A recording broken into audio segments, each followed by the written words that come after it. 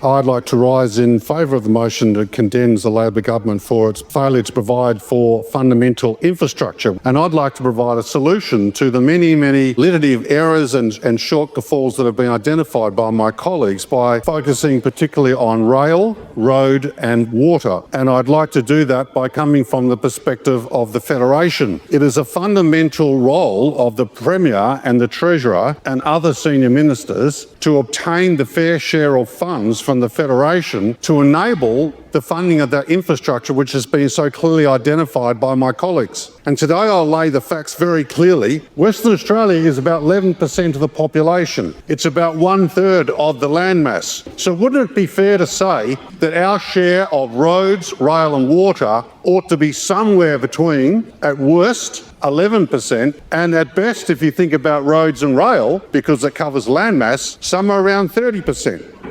So let's just remember that threshold I've mentioned, that we should not really receive less than about 11% of funding from the Federation for each one of those three criteria of rail, road and water. So let's go now to the federal government paper number 3. And let's first talk about the rail investment component.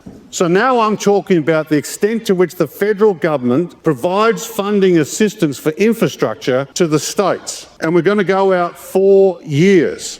Well, I can say to you that in actual fact, if you look at us versus Queensland, they're getting 33% of rail infrastructure spending versus 4% for Western Australia. Have a look at, just for example, in 2027-28, Queensland's due to get, this is in the budget papers, $809 million of rail investment. Western Australia, $5 million. Does that sound like a government to you which is going to Canberra and fighting the good fight in the basis of rail for the people of Western Australia? I would say not. Have a look at 2028-29. Queensland gets $900 million. Western Australia is slated to get not 1 cent.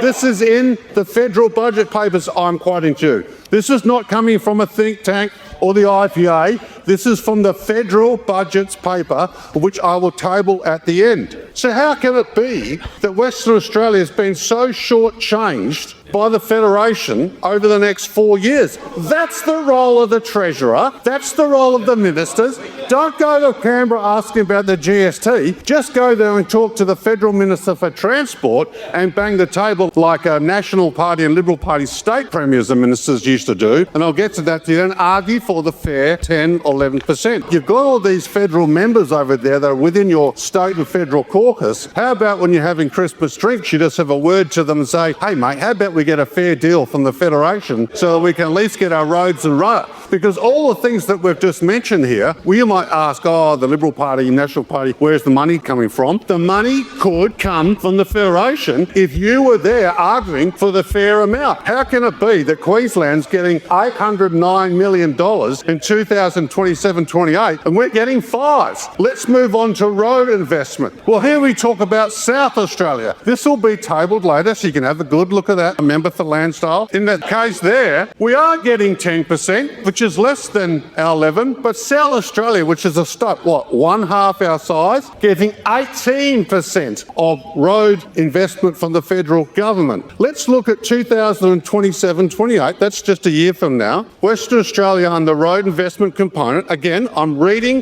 from the federal budget. It says we will get $600 million. We're 1/3 of the nation. South Australia is getting $1.5 billion of road investment expenditure. Don't you think that could fit some of those road issues that were mentioned by my colleagues just a few minutes ago? Does it continue? Yes. In 2028-29, Western Australia's road contribution from the Federation drops to $474 million and South Australia gets $1.16 million. How can South Australia, federal members here, and when you speak to them over the next month or so, how can they be expected to get 3 times? The job of the state government's to go to Canberra and fight the good fight for Western Australia, isn't it? Aren't we in a federation? And the GST is supposed to be there to smooth out those things. Well, you know the figures. You've been looking at them later. Before we move on to the final points that I'd like to talk about, let's talk about water. So this will be within the portfolio. This is an absolute ripper. Have a look at this. Northern Territory. Well, you know, they get $149 million for their water grid, and we get $35 million for our water. How can that be? Tasmania and Northern Territory get more water support than Western Australia does in the out years. We're 1/3 of the nation's landmass. Then let's look at the overall. Now I'm going to refer to budget paper number 3 of the state budget papers. And there's a fantastic slide I'd love you all to look at over time, which is this one here. I've been looking at it for years. And this refers to the increase in funding from Western Australia to the Federation. It's Appendix 11 of the state budget. That green area that I'm showing there, that's the point of time of the Labor government. So every year, we are effectively subsidising the rest of the nation by up to about $35 billion.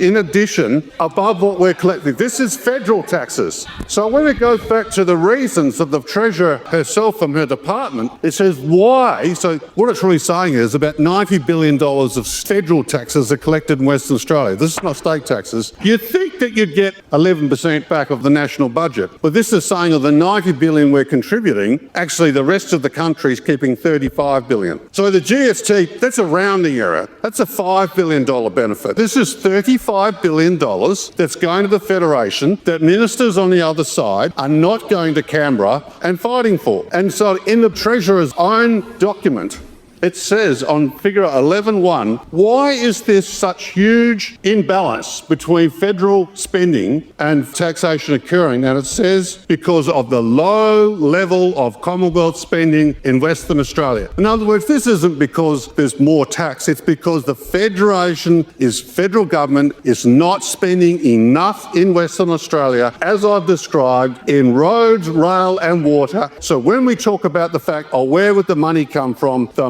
money would come from this. If you had ministers that instead of flying to Canberra for GST and playing a macabre sort of pantomime for preserving the 75% threshold, spend some more time perhaps with the Transport Minister federally, spend some more time with the Water Minister federally and get our 11% share minimum, and then in that way all the various projects that have been suggested by my colleagues would be able to be easily funded. And I finish, Acting Speaker, by seeking leave to table the 2 documents that I've referred to on the table for today's sitting.